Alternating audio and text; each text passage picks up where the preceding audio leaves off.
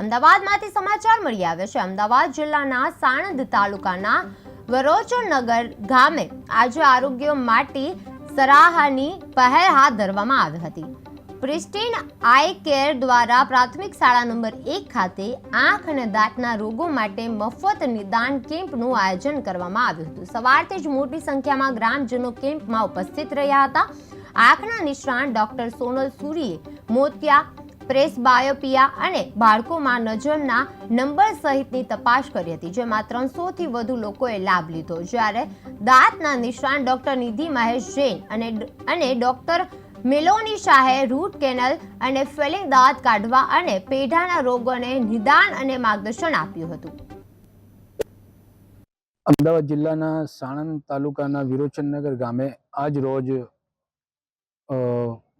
આરોગ્ય માટે એક બહેતરીન એક સરાહનીય પહેલ કરવામાં આવી।